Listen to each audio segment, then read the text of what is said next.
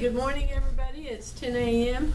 Going to start the Commissioners Court meeting for Polk County for July 9th, 2019 at the Polk County Courthouse. At this time, we would ask you to mute your cell phones and any other devices. And we would like to ask Mr. Simon Geller with Lifeline Church to lead us in prayer. Heavenly Father, we come to you this hour asking for your blessing and help us as we gather today. We pray for your guidance in the matters at hand and ask that you would clearly show us how to conduct our work with a spirit of joy and enthusiasm. Give us a desire to find ways to excel in our work, help us to work together and encourage each other to excellence. We ask this in the name of the Lord Jesus Christ. Amen. Amen. Amen. Thank you. Now if you join us in the pledge, Madam Clerk. I pledge allegiance to the flag of the United States of America and to the republic for which it stands, one nation, under God, indivisible, with liberty and justice for all. Honor the Texas flag. I pledge allegiance to thee, Texas, one state, under God, one and indivisible. Thank you, everybody. Thank you, Mr. Geller. If you'd like to join us, you're more than welcome to. But if you decide you need to duck out, that's fine too. Okay, information, public comments. Has anybody signed up for public comments? Okay, item number 3, informational reports. Do we have any informational reports from any departments at this time?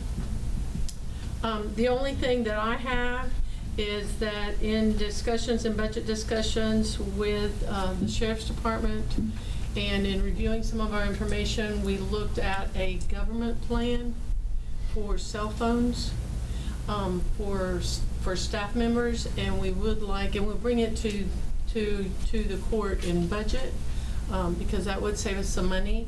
But we also want to just notify elected officials that if they would be interested in participating, then that's something that they might want to consider.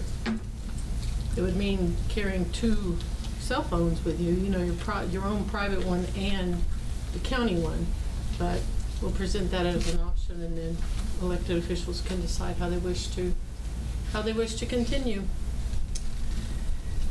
Okay, item number 4, new business consent agenda. You have 2 addendums. Addendum number 1 in the amount of $62,908.49, and addendum number 2 in the amount of $50,497.37.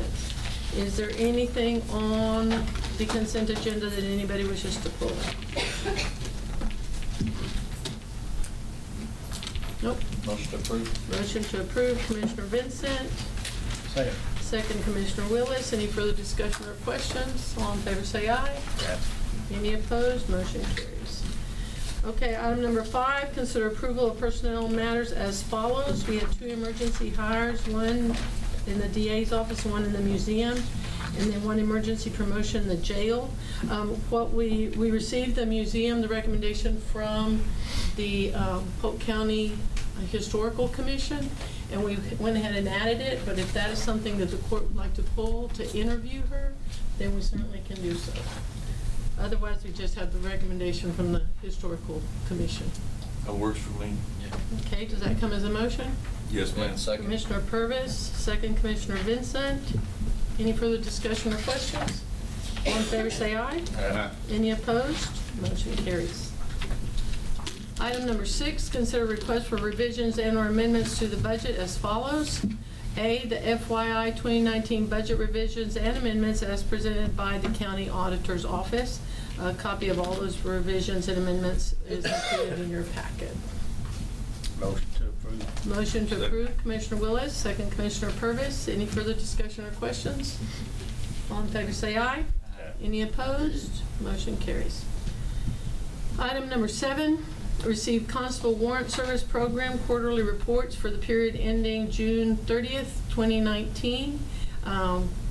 The warrant service forms have been included in your packet. We received them from Precinct 2 and Precinct 3. Need a motion? So moved. Motion to accept those, Commissioner Vincent, second Commissioner Purvis. Any further discussion or questions? All in favor say aye. Aye. Any opposed? Motion carries. Item number 8, Consider approval to close the FY 2019 reimbursement resolution, finalizing all expenditures to be included for issuance of authorized debt in 2019 series tax notes, including the auditor's verification of those expenditures previously approved and including those authorized and pending payments prior to September 30th, 2019, which is open invoicing and bids, and the total amount to be authorized. We've included the detailed listing in there, and the total comes out to $1,708,301.96, which was approved throughout the year by the court. So we need a motion to accept the issuance of those tax notes. So moved. Commissioner Willis, second Commissioner Vincent. Any further discussion or questions? I just have one comment. We started out with the original was for $1,430,587,000, and part of what happened is that some of the information that was turned in for the debt, pending debt, was not accurate, and so we will make sure that those offices and departments that submit that information have it accurate next time. Okay, all in favor say aye. Any opposed? Motion carries. Item number 9, consider request from tax assessor collector to transfer tax office used vehicle, a 2009 Chevy Tahoe, to the maintenance department. Ms. Burks has stated that she does not wish to have a vehicle. They would rather use their personal vehicles than travel in them. So moved. Commissioner Willis, second Commissioner Purvis. Any further discussion or questions? All in favor say aye. Any opposed? Motion carries. Item number 10, discuss any and all necessary action regarding the 2020 employee benefits. You should have that in your packet also for your consideration. Okay, the contribution rate for the county and district retirement system, the TCDRS plan renewal is included in there. The annual determined rate will increase from 13.31 to 14.21%, and so that should be okay for us if we remain at that rate. Everyone okay with that? Yes, ma'am. Okay, that comes as a motion, Commissioner Purvis? Yes, ma'am. Okay, can I have a second? Second. Commissioner Vincent, any further discussion or questions? All in favor say aye. Yeah. Any opposed? Motion carries. Very well. B, employee health coverage, major medical. You also have a breakdown of that information in your packet.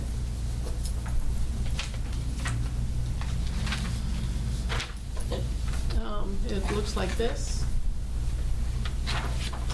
So if you look at that, we have the same, breaks it down similarly to the way that they had before. You had the current plan year, which is listed, and the employee only is $878.56. Renewal rates for the exact same plan will be $903.16 per employee. Option 1, which is create some modifications, and we broke them all down for you. The employee premium would go to $876.48, but then you would have some changes in deductibles and copays.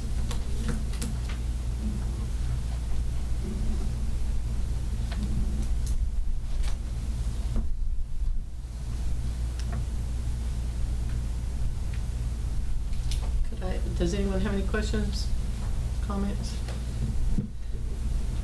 Could I make the suggestion that we go ahead and absorb the cost and stay with the same plan? I'll make that motion. Okay, Commissioner Purvis? Second. Second, Commissioner Vincent. Any further discussion or questions? All in favor say aye. Yeah. Any opposed?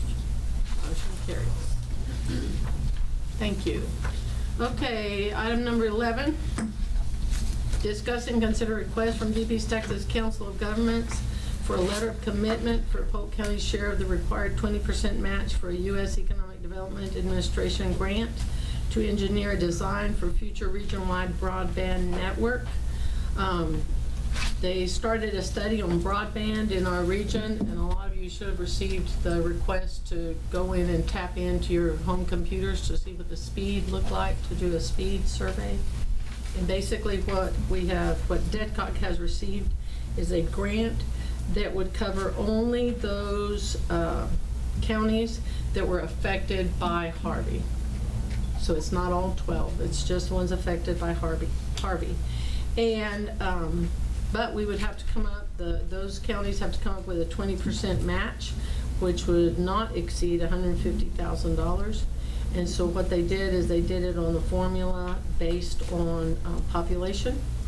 At this time, Jasper, Tyler, Newton, and Sabine have already voted yes. San Jacinto and St. Augustine have given a letter of commitment. And so based on that formula, our share would be a maximum of $44,430 for broadband study. Actually, do you have information on that, Jessica? I do, yeah. I went to the DEDCOG board meeting, so if I have any questions, I can try to answer them as best as possible. Commissioner Overstreet actually attended the meeting. One of the things that it will definitely impact is, as all of you I'm sure are aware, is that a lot of our school districts are now going to where children are receiving tablets to do their homework and to do their schoolwork on. And so if those families do not have access to broadband, then those children are going to have a much harder time doing their schoolwork. Also, if you look at the information provided by DEDCOG, it shows you the economic impact, the income growth that occurs, the increase in jobs, and of course, obviously the impact on healthcare and on education.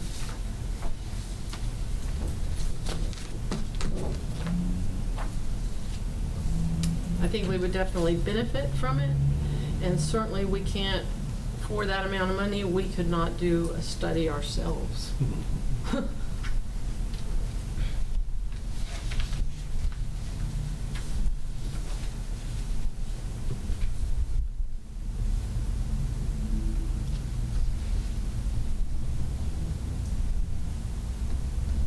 Livingston ISD has already moved forward with creating hotspots in different areas of the county. I believe they teamed up with the city.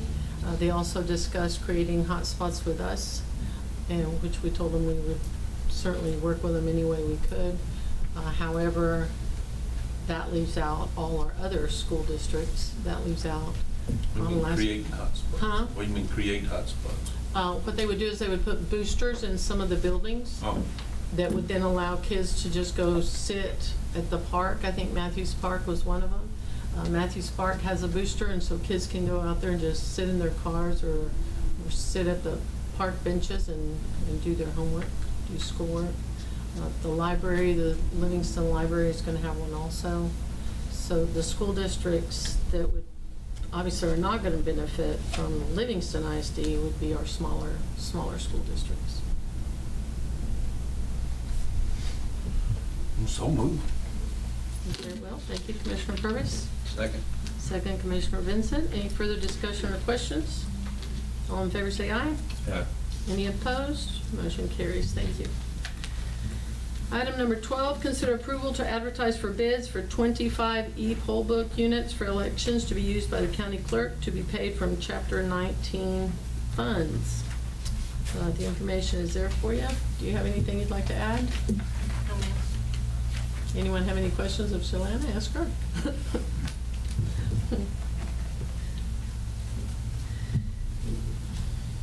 Basically, some of the servers have failed and they can't be repaired. And given the fact that we know that this next election is probably going to be a large one, then we need to be prepared to take care of all all our voters and make sure they have good access. You have enough money in your Chapter 19 funds to cover that? The tax assessor said yes, we did. So move. Second. Commissioner Willis, second Commissioner Vincent. Any further discussion or questions? All in favor say aye. Aye. Any opposed? Motion carries. Item number 13, discuss and consider any and all action regarding renovations of the Polk County Office Annex. Okay, let me pass these. If you would, just put one of these in there on Commissioner Overstreet.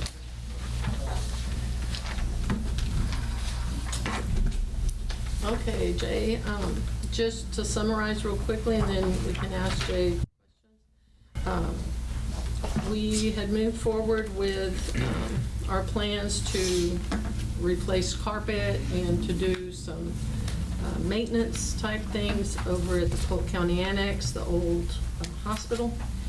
And in moving or removing carpets, then we found, maintenance department found asbestos in some of the tiles there. So what we'd like to know is how the court would like to proceed.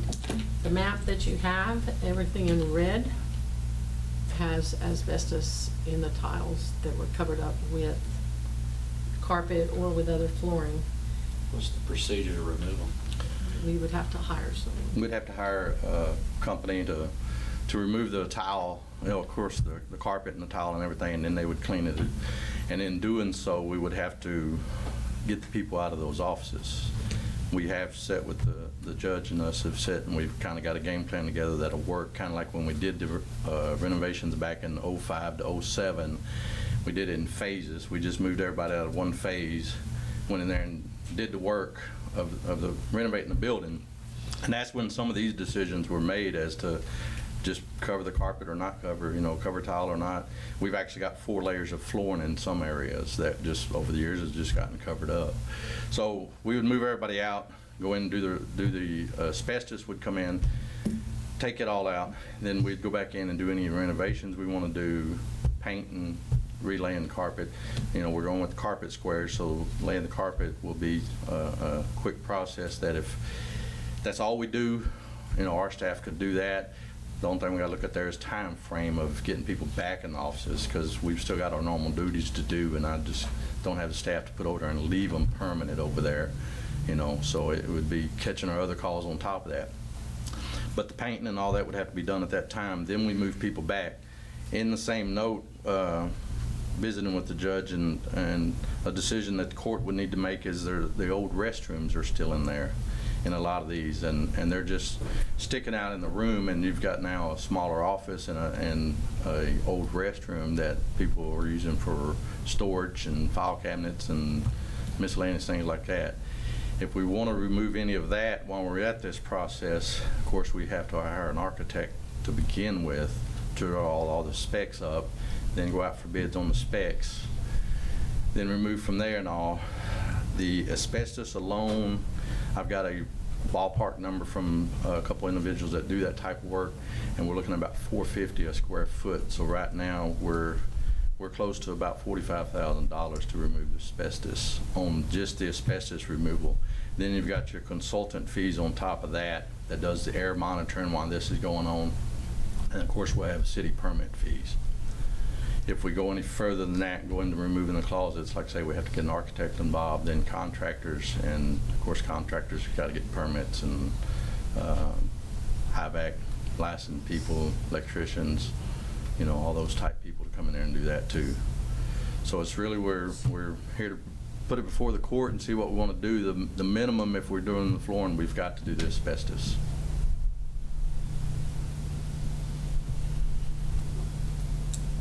We, when he references restrooms, some of those are actually old showers that are in the rooms, because remember, that was an old hospital. And so some of those are just old showers that are projecting into the corner of some of those offices. And so the question was, does the court wish for us to also see what it would cost to remove, you know, some of those old showers and go ahead and make this building more efficient. Well, they'll have to do some work to it anyway to get the tile and stuff out of there that's in. Yes, sir, we have to. I did get the report back yesterday on the restroom parts, the old showers and restrooms and all, and there's no asbestos in those. We did the walls, floors, ceilings in those areas. There's no asbestos in there, but at the same time, as like the judge says, is now you've got a room that would normally be a 16 by 16 that is, you know, reduced by a 8 by 8 room in there that used to be a restroom.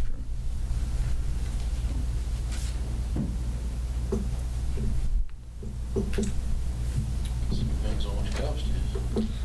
Well, I mean, I think if you look, you can see what a checkerboard pattern occurred. So all the asbestos has been removed out of these other. Yes, sir. The other areas, yes, sir. We tested pretty much the whole building because in this process, of course, if you'll see down there where the 135 through the 127 and all in that area there, that was all the newer OBGYN that was added back in roughly '84. And we didn't think there was anything in that area, and that whole area is asbestos tile and the mastic that glued it down. So that's where we had started. We found it, we stopped our process, we covered it back up and called someone in, they tested. And then old documents I found back from '03 and all, when I went back and started researching this, back in the area of the auditors and treasurer's area back there, 100, 109 in that area there, we actually found some in there that document said that it was removed back in at one time or another.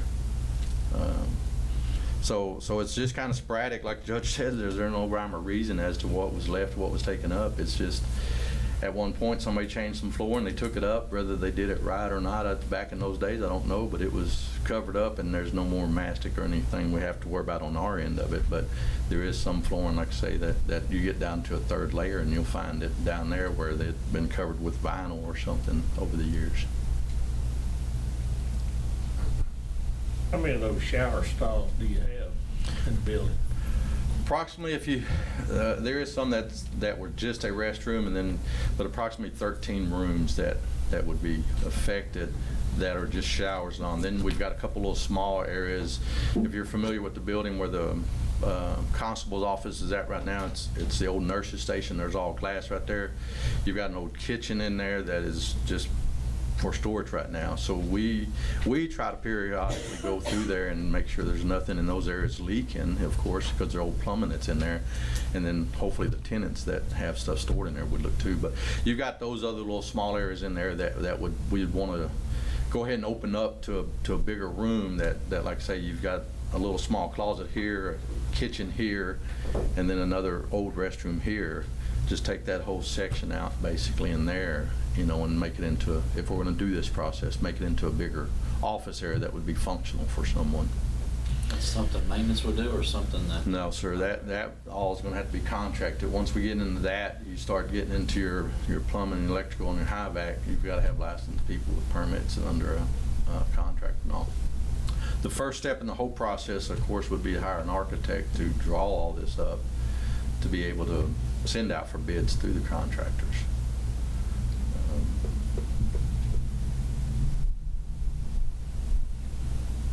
And y'all are all familiar with what, you know, the architect fees are going to run roughly. I did find one architect that, like the shower areas themselves, even though they're configured different, he said he could draw up one set of plans for just those, you know, and make it work. The city would permit it, you know, for the 13 areas, but it would just be one set of plans, which would cost us a whole lot cheaper. And then we get into the other areas, and of course we'd have to draw those a little different. So neighborhood, you know, yourself anywhere from $5,000 to $15,000 to start that process to get a bid packet together.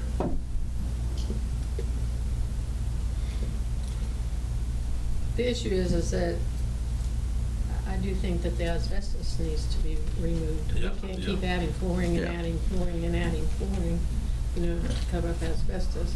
And it doesn't make much sense to go in and do basically what happened here, tear up part of the building. Yeah. And when you're me right there's next to a structure that you know needs to come out. Yeah, when this was done back in '05, we started in October '05 and finished in March of '07. So it was that long a process of moving people, shifting around. So, I agree with the judge, if we're gonna take any of this out, this would be the time to do it. And basically, if you look at the 151, 146 area roughly in there, is we'd hit that area first and then move everybody, kind of leapfrog them around the building, lack of a better words, leapfrog them around the building as we do their area that they're in, finish it, move them back, move another one into that one section, and move back to where hopefully there we could keep the desk and things like that there as opposed to storing them. And We discussed it with the elected officials in the departments that would be affected previously, to try to come up with a plan that would work for those offices, because that impacts the treasurer's office for sure, the auditor's office, HR, and all of those offices that are impacted right there. It obviously also impacts aging and social services, and so they agreed to it also. Emergency management, and then Texas AgriLife and JP4.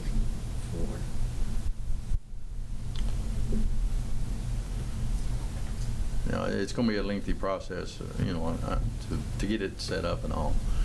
But once we get it set up the first time, because we've got to get phones, these areas here, some of them have their own phone systems. They're not on our phone system, so we'd have to get a phone system in there. Of course, get with IT, get the network and stuff down there. And once we do it one time, then the whole building will end up being all on ours, all set up on ours, even though those areas may not be using it in the future. But once, if they vacate the building or something like that, then we would have a countywide building that's set up for phones, internet, and everything there in the final process. The question to the court is, how much or how little do you want to do? Right now, we don't have any hard numbers, so we certainly can get better numbers for you. But if we're going to go in and disrupt all those offices to do asbestos removal, then we might as well fix them to where they're also usable offices. That the nurses station and everything that Texas AgriLife occupies, if you go in there and look at what Texas AgriLife has, they have file cabinets stuck inside those in the showers. In the showers. Some of them have shelves built in there, and there's no rhyme or reason to even that. It's just whoever was occupying that building, they just either use it for file or storage or whatever the case may be. I totally agree with the judge. If we just got to decide how far we want to go with it, but if we're going to vacate people out of that area, we need to have the game plan of. Let's do it one time and be efficient in terms of people's time and the taxpayers' dollar. Now is definitely the time to do it. It's just an unknown cost. Yes, sir. We just need to know how you wish for us to proceed, and then the court can decide, how we wish to pay for it. Probably need to go ahead and get the architect to draw everything up, spell it out, and then we'll look at the cost of it, see if we want to do all of it or part of it. Correct. That would be my suggestion, that we go ahead and at least move forward. And if we decide not to do everything at one time, then we will have the architect plans and know how to proceed from there if we decide to do it in 2 phases. My suggestion would be that if we're going to do it in phases, that we don't do it in this kind of phase. That it be a sequential phase instead of 15 years later. Yeah, and like the judge says too, is do as much as we can, get the most bang for our buck, because as they, the asbestos people, as they come in and out, their setup fee and tear down fee is, every time it's going to change. So if we can, have 2 people in an office that may or may not get along with each other for a month or 2, we may have to do that, just to where we can knock it down into 2 parts or 3 parts, whatever it takes to keep those costs down. And that's where our architect would come in, is how far we want to tear out this part or not tear off that part, and how many offices are affected at one given time. The way it's broke up, you can kind of do it maybe 2 or 3.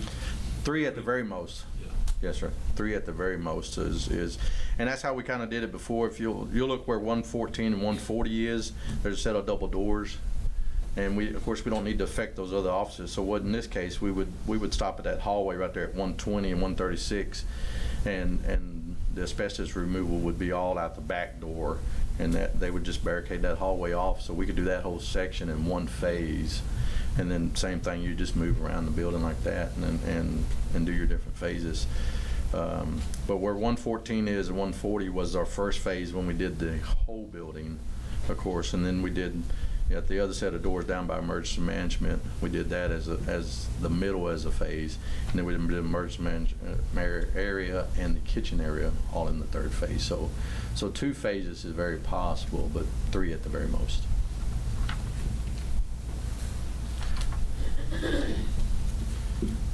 So if we're looking at the possibility of doing all this, I would say at this point we probably need to go out for bids for architect to start with this, unless the court has somebody to recommend or whatever we want to do on that. But that would be our first step, is to, But of if course, you've already talked to the guy that says he can give you one part and one thing, we've got to go out for bids, but well, I would get him to bid on it. oh yes, definitely. Well, he's actually giving me a bid on just drawing the closets itself. But if we want to go further than that, of course, like I said, we got to go further, and I think then for the taxpayers' purpose, we may want to go out for bids to do that, even get the architect And involved. certainly he would be involved in that also. Okay. And if nothing else, we just get him involved as a consultant on what to do with it. I'm sure he'll give us a bid either way on all of it, though.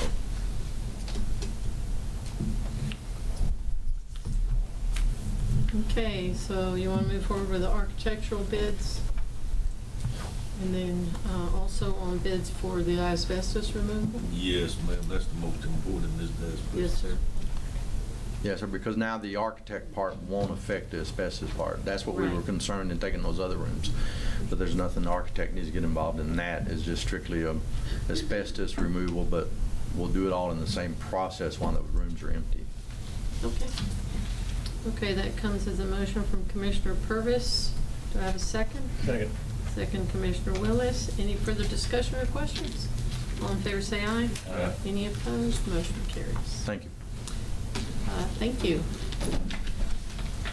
Okay, update on the FY 2020 budget process. I just have a couple of things that I need to know. As we move forward, we haven't received, and all of y'all know this, that we have not received our final numbers from the tax office, and we will get all of those on July 23rd, which is our next regular meeting. So at this time, I need some input from you all. We have a couple of things that were requested. In our last discussion with the fire chiefs at one of their meetings, the request was made for the county to consider adding a fire marshal position. I know that this has come before the court before, and you kind of went back and forth and didn't. So that is something that I need some input from this group, if you're interested in adding that position. If we did, then what we could do, if it pleases the court, is that would allow us to then house them down with environmental enforcement, and then we would make that secretary receptionist position a full-time spot. So you need to think about the fire marshal. Most of that input came from Jay Stutz and from Corky Cochran.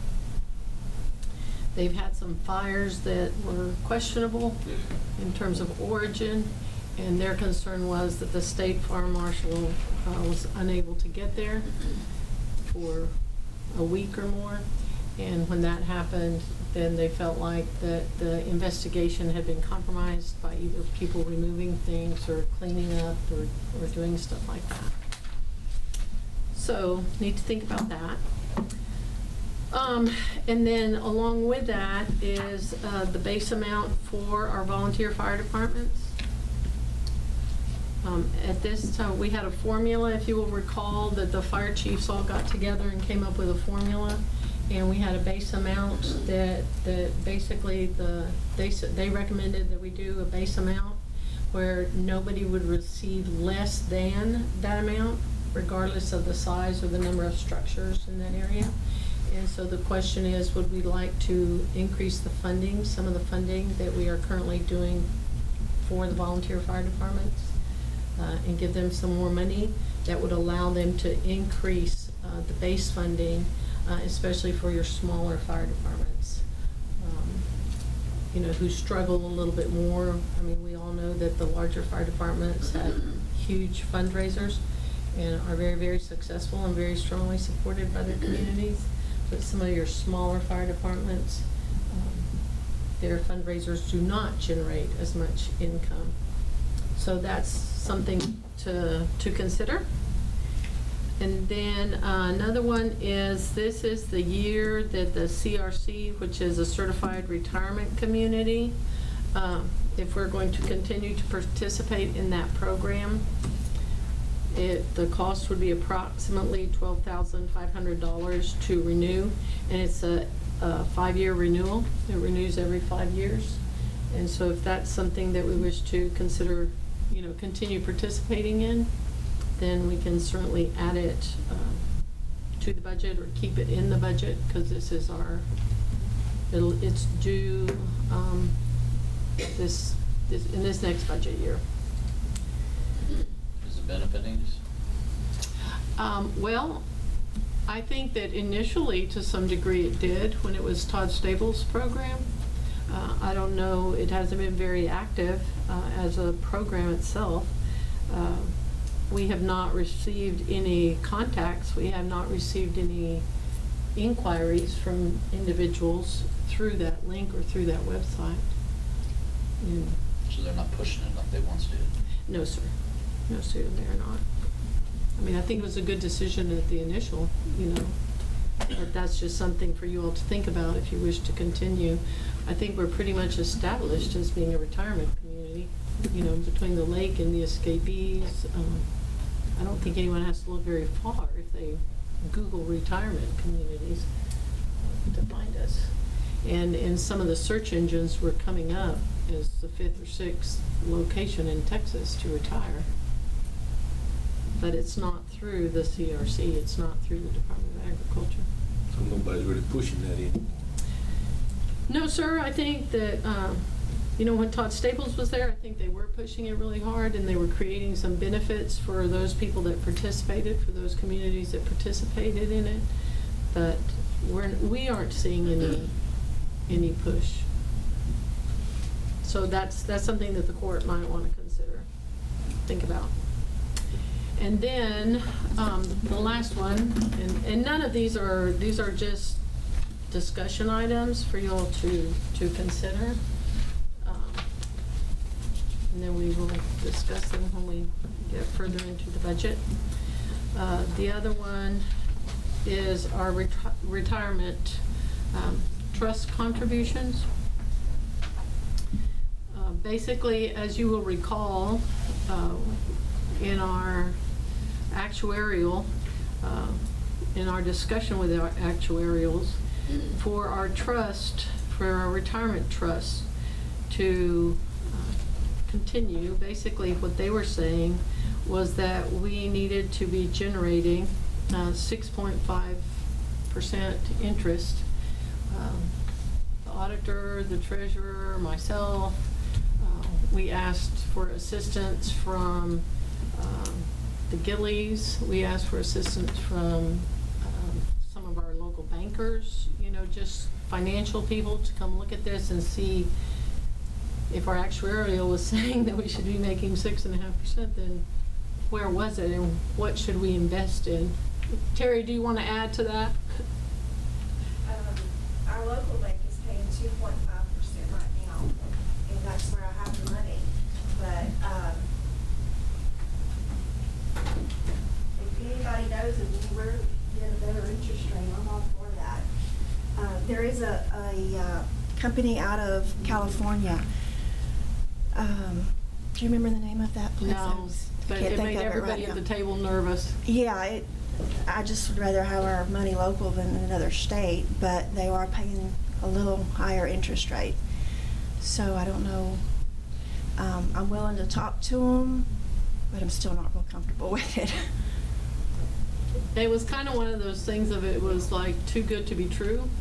And so it wasn't really something that we felt comfortable risking.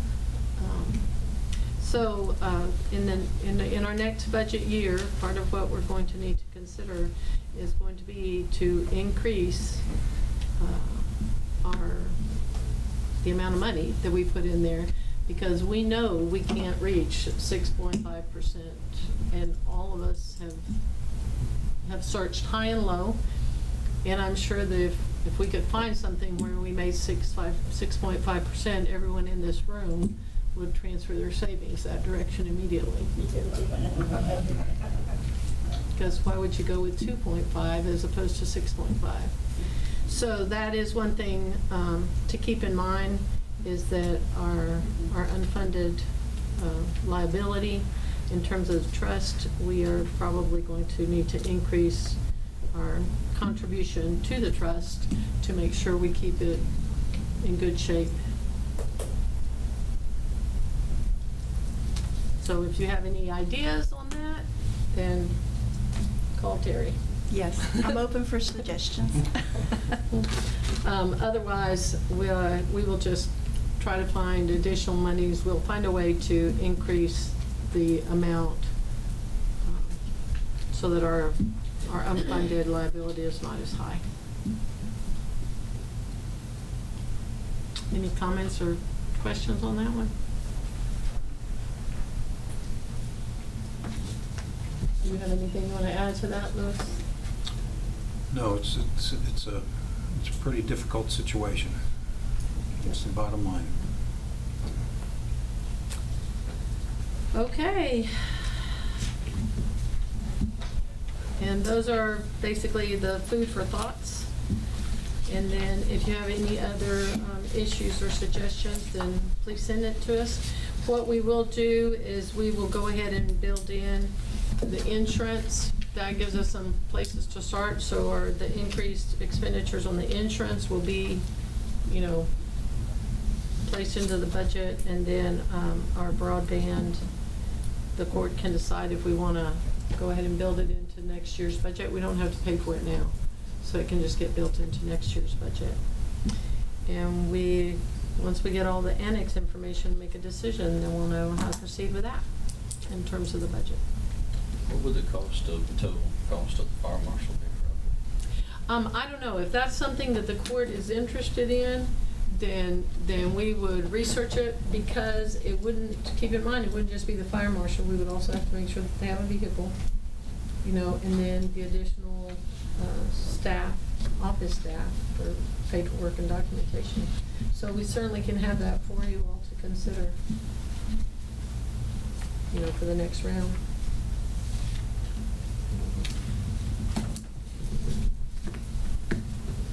You want us to research that?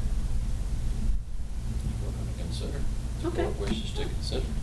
Well, I just know that in the past, it wasn't, it was something that you all went back and discussed with your fire chiefs, right? The fire chiefs are now meeting kind of on a regular basis. And so they just asked me to come visit with all of them. And that was one of their concerns, was the fire marshal. They just feel like that they're getting to be more and more structures, and not just more and more structures, but more structures that are larger or more intense than we've had in the past. And that's something we might want to consider. So we will number crunch it. Anyone else? Okay. Motion to adjourn. So moved. Very well. Thank you, gentlemen. I appreciate it. 10:44. Thank you, ma'am.